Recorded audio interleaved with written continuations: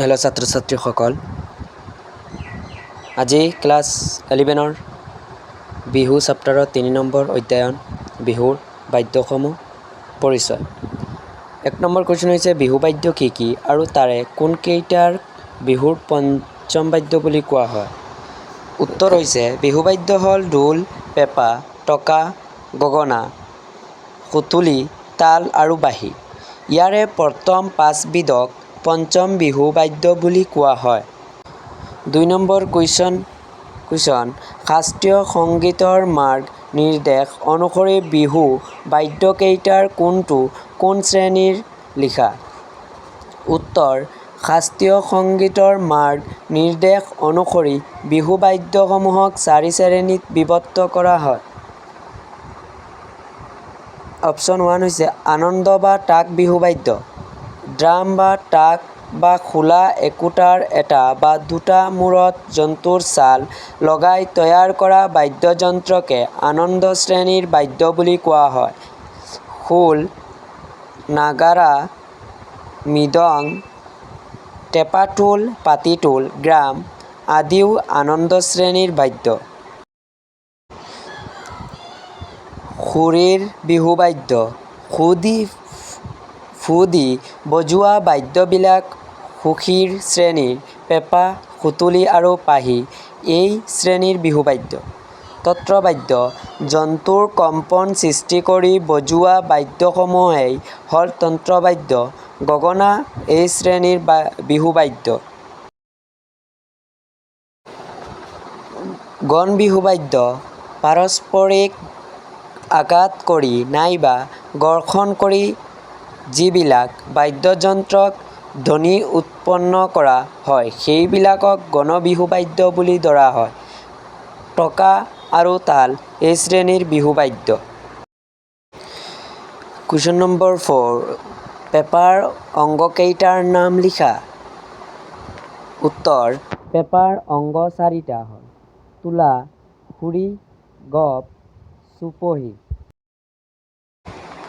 Question নং 5 পেঁপাৰ প্ৰতিটো অংগৰে চমু পৰিচয় দাঙি ধৰা। উত্তৰ পেঁপাৰ প্ৰতিটো অংগৰে তলত পৰিচয় দাঙি ধৰা হ'ল তোলা বা শিঙা। ম'হৰ শিঙৰ অংগটোক তোলা বোলা হয়। মৰা ম'হৰ শিং কাটি আনি তাক বোকাত কেইমাহমান পুতি থৈ নাইবা উতলা পানীত ভালকৈ সিজাই কোমল কৰি লোৱা হয়। এইদৰে কিছু কোমল কৰাৰ পাছত শিংটোৰ পৰা খোলাৰ বাবে উপযোগী অংশ কাটি লৈ তাৰ বাহিৰ বা ভিতৰ দুয়োফালে ভালদৰে চাঁচি মিহি কৰা হয়। এইদৰে 2 বা তাতোধিকবাৰ চাঁচি তোলাটো পাৰ্যমানে মিহি কৰা হয়। তোলাটো সিমানে মিহি হয় সিমানে মাতো মিঠা আৰু মিহি হয়। তুৰী।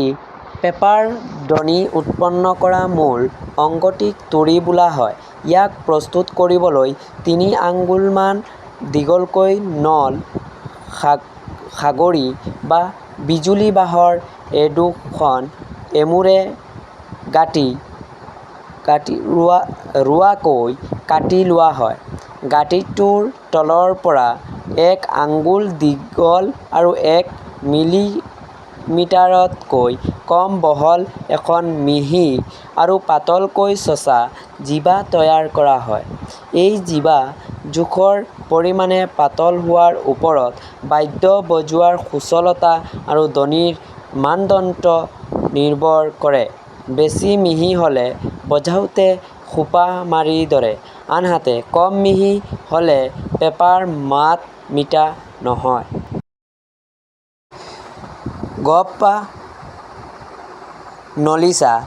5 ছেণ্টিমিটাৰমান দীঘল আৰু 1.5 মিটাৰমান ব্যাসৰ বাঁহৰ টুকুৰা এডোখৰৰ গা অংশত 5টা বা 4টা সৰু বিন্দা কৰি লোৱা অংগটোক গপ বা নলিছা বোলা হয়। ইয়াক এটা মূৰ তোলাৰ গুৰিত সুমুওৱা হয় আৰু আনটো মূৰত তুৰিৰ গাঁঠি নথকা ফালৰ কিছু অংশ গুজি থোৱা হয়। চুপহি গপৰ তুৰি গুজি থোৱাৰ মূৰটোত বাঁহৰ এটা চুপহি লগোৱা হয়। এই চুপহিয়ে তুৰিটো আৱৰি থাকে। চুপহি মুখ লগাই বিশেষ কৌশলেৰে ফু দি পেঁপা বজোৱা হয়।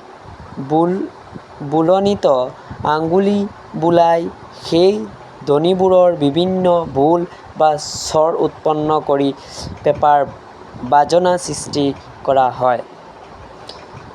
হেল্ল' বন্ধু-বান্ধৱীসকল, যে আমি এই ৩ নম্বৰ চেপ্টাৰ যিটো বিহু আছে, বিহুখনৰ ৩ নম্বৰ চেপ্টাৰটো আমি 3টা ভিডিঅ' দিম। প্ৰথম ভিডিঅ' মোৰ এইটোৱেই পাৰ্ট 1 হয়, আৰু 2টা ভিডিঅ' মই দিম। এই চেনেলটো তোমালোকে ফ'ল' কৰা বা ছাবস্ক্ৰাইব কৰি লোৱা। আৰু এই